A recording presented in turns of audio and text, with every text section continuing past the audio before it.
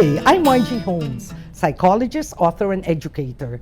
Today we'll talk about spending Valentine's Day alone, whether you just got out of a relationship or have never had a relationship. In other words, what we here in the Philippines call NBSB or NGSB, no boyfriend since birth or no girlfriend since birth. Many of you said Valentine's Day is a cliche and vastly overrated. Others also said it's not just for couples. So I asked, how do you spend February 14 when you're alone? Pablo says, group dates with other single friends will do. You don't have to be pressured. You also have a choice to consider it as a mere regular day, just like other people consider Christmas as an ordinary day. Kimi Lim, I celebrate it by taking advantage of the half-price chocolates the next day. Wow, Kimmy, thanks. That is an excellent tip. Desiree Season, maybe you could spend it in an orphanage and bring cheer to the children there by giving them gifts.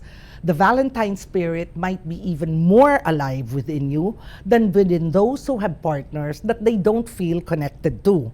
At Kiddo Kosho, here is a way to get people feeling better. Remind them more than 1 month early that they will be alone. Haha, Kiddo Kosho. Or is that just a joke? I sure hope so. Or did you want to give people time to prepare about this fact of being alone when everybody else seems coupled? Although that's not true, because studies show that when you're depressed or you're sad, you have selective perception. You only notice things that make you even sadder. Meaning if you're alone and feel bad about it, you don't notice other people who seem happy. You only notice couples who seem like they're so much in love when actually they may not be in love at all.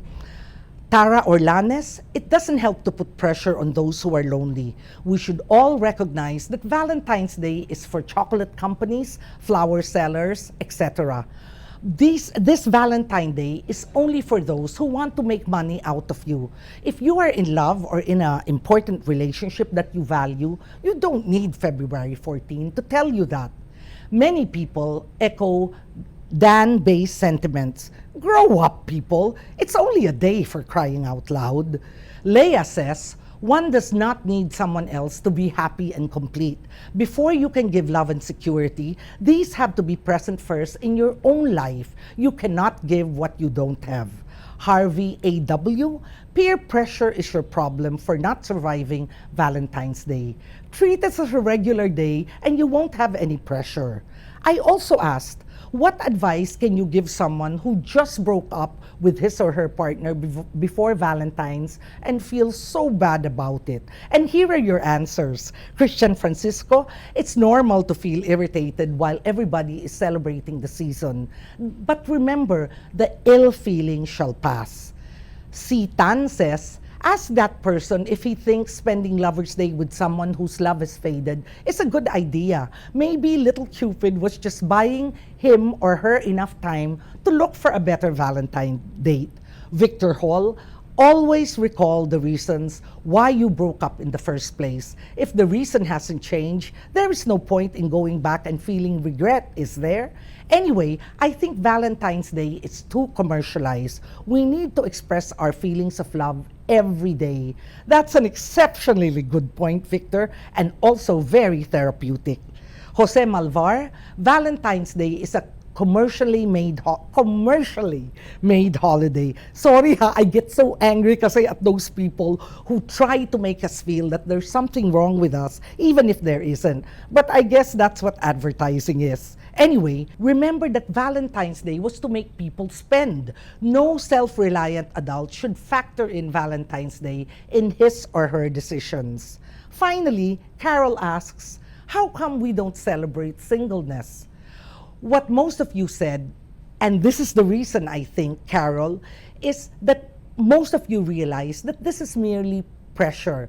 This is pressure from card companies, chocolate makers, card makers, and perhaps even some newspapers who charge for printing your Valentine greetings in their paper. I just want to assure you that Rappler does not do this. Also, I think many people equate being alone with loneliness, and I hope many of you know that that is just not true. Many people are lonely, even in a crowd, and others are just as happy as pigs in Shaista when they are alone. Well, that's it for today. Send me your questions, comments, and suggestions for future episodes on Facebook, tweet using the hashtag AskMargie, or send an email to askmargie@rappler.com. See you next week.